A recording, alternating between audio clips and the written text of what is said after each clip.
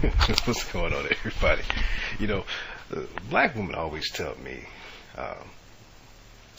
it's like a reflex. You know, they always tell me that, oh, you need to stop talking so much about black women. You just mad. You want you to go get you some pussy. You just mad because you ain't getting no pussy. And no matter how much. No matter how much I hear this, how many times I hear this, you know, it never ceases to be funny. Because it goes to show once again, and I don't mean to sound arrogant by saying this, but how ignorant and how stupid many black American women are these days. Because when they give off a deflection like that, what they're doing, they don't even realize it, is that they're just degrading themselves. And that's a message to all you black women who want to subscribe to that deflection as an open reflex when a man just questions your behavior. Every time you use the mad because you ain't getting no pussy deflection, or the pussy envy deflection as I call it, every time you use that deflection, you're only degrading yourself by admitting you're a whore. I repeat, every time you accuse a man, black, white, or any other color, well, particularly I'm talking about brothers now, who questions your behavior, every time you accuse that brother of the pussy envy deflection, you're only admitting that you're a whore.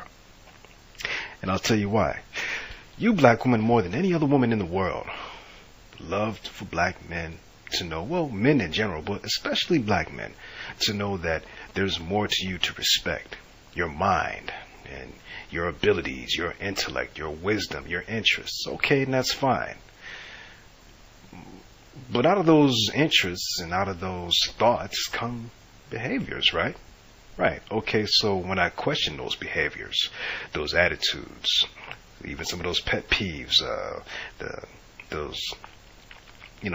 those patterns of behavior, those patterns of the way you choose to conduct yourself in private and public, why is it that when I question that and challenge it, provoke thought in you, the only thought that you could really come back with is, oh, he must be mad because he ain't getting no pussy. Really? So if I want you to dress like a lady, that's mad. That's me being mad because I want to get more pussy.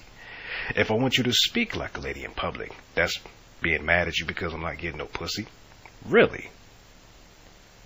If I want you to learn how to be discreet when you have a problem with me, learn how to say something in private, and if the privacy doesn't permit itself, then you hold your damn tongue until it does. Is that me actually being mad because you're not giving me anything? Pussy in this case? Really?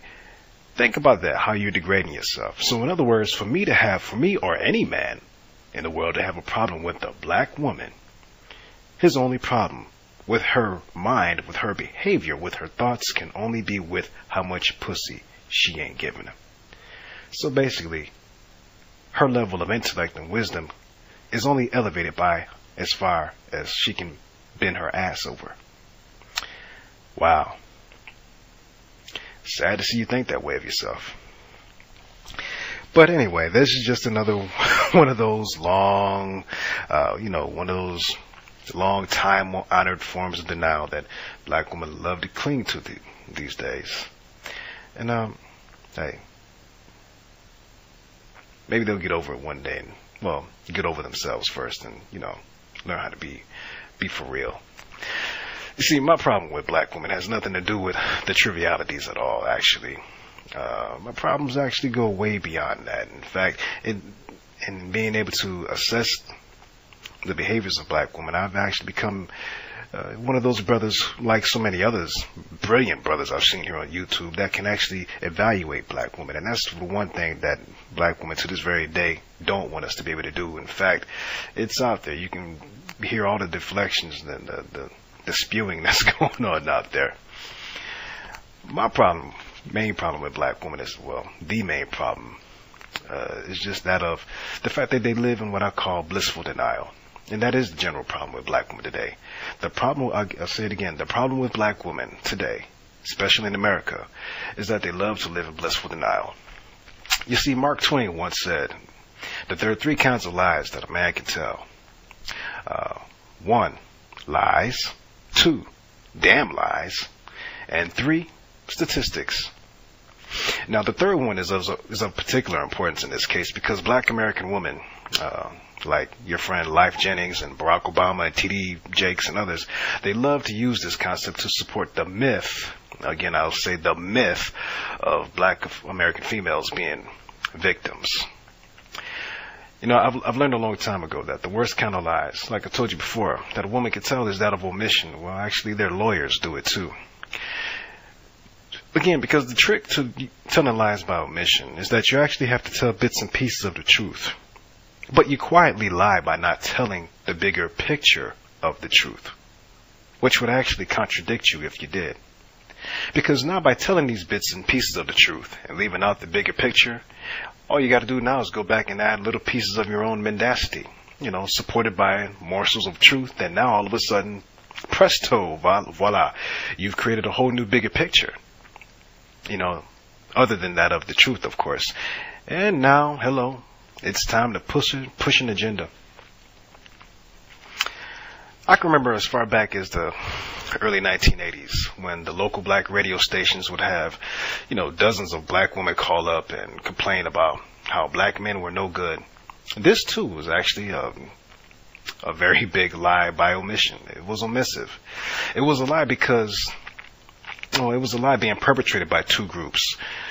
A, the black woman calling up the radio show, and B, you know, the producers of the radio show who, never in the sake of fairness, allowed good black men and honest black women to defend the image of black men on the radio show that day or any other day.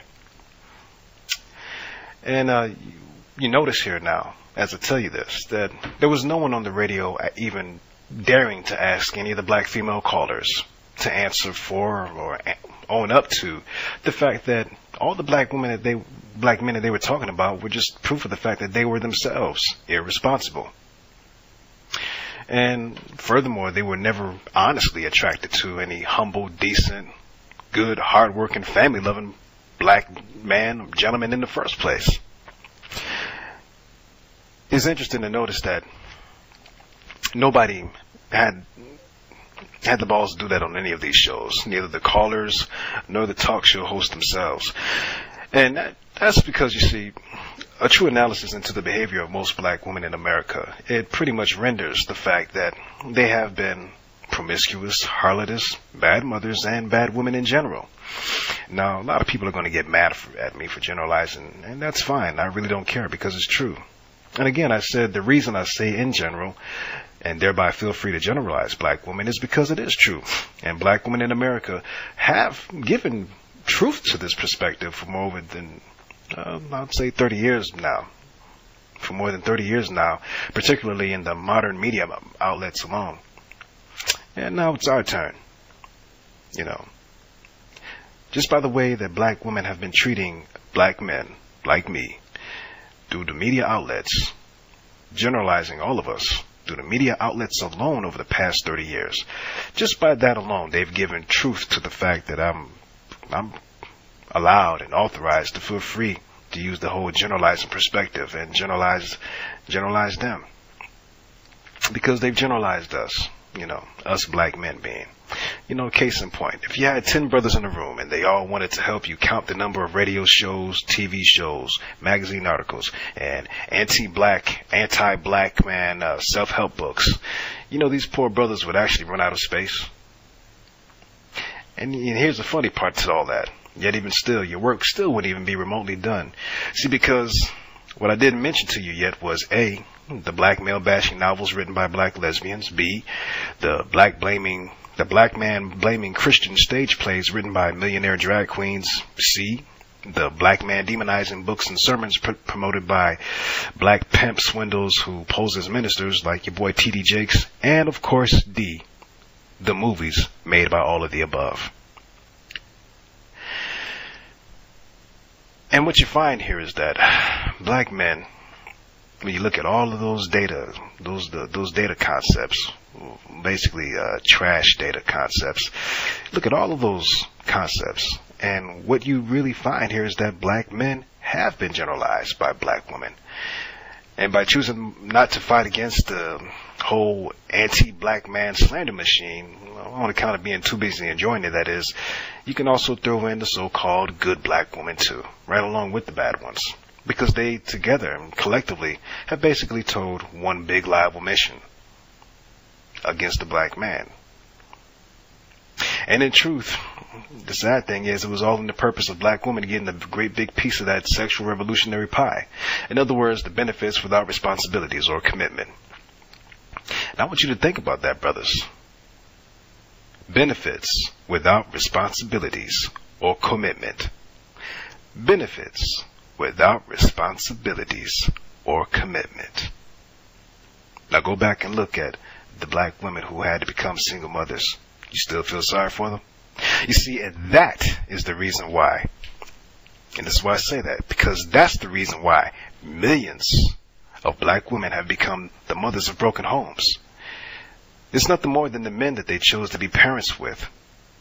See, because those men that they chose to be parents with represented sexual freedom to them. They didn't want the black nerds or Poindexters or the good guys who really didn't have all the money to flash around with the brand new cars. See, what they wanted, and still want to this very day, they're just many of them not honest enough to admit it, even the church-going ones, what they wanted was basically a man that they could use by enjoying promiscuity and getting spoiled with gifts at the same time. A man they could use and enjoy getting spoiled with gifts at the same time. Now think about that, brothers. I want you to think about that real hard. Somebody they can use and get away with enjoying gifts at the same time. Because you see, now that the damage is done, and that by damage, and I hate to say this, we shouldn't have to see it this way, but it is. By damage, I mean in the form of having a child that she wasn't ready for. Now, all of a sudden, she wants to be that good, quote-unquote, innocent, good black woman who just wanted a good black man. You see the bullshit that's being run here? Of course you do. We all do. But society is not honest enough to admit it. Particularly by society, I mean that society of manginas and pussy beggars out there and ash worshippers who wants to cater to women. And you throw the women in on this too because they're too busy trying to feel good and not hurt the sisterhood. But that's exactly what happened. Okay. Now all of a sudden they want to be the good innocent black woman who just wanted a good black man. Okay. Now the sad thing here, a lot of these brothers are not realizing, is that it's actually all black men. And this is why I used to subscribe to the whole good black man versus bad black man thing. I don't do that anymore, because the sad thing here again is to notice that it's actually all black men that are being turned into the so-called pieces of meat, which was an identity that black women loved to claim that they were being subjected to daily. Again, a lie by omission. Yeah, there's someone being turned into a piece of meat for satisfaction and gratification and further exploitation of resources. It just ain't black women. It's black men. See, a lie like this is just another lie by omission, and it becomes another thread in that great, wonderful blanket of false victimhood in which black American women engulf themselves as a measure to mask reality itself of the Rorschach stains revealing the truth of their past indiscretion in younger days. Real Man Allen, 73. You take care. I'm out.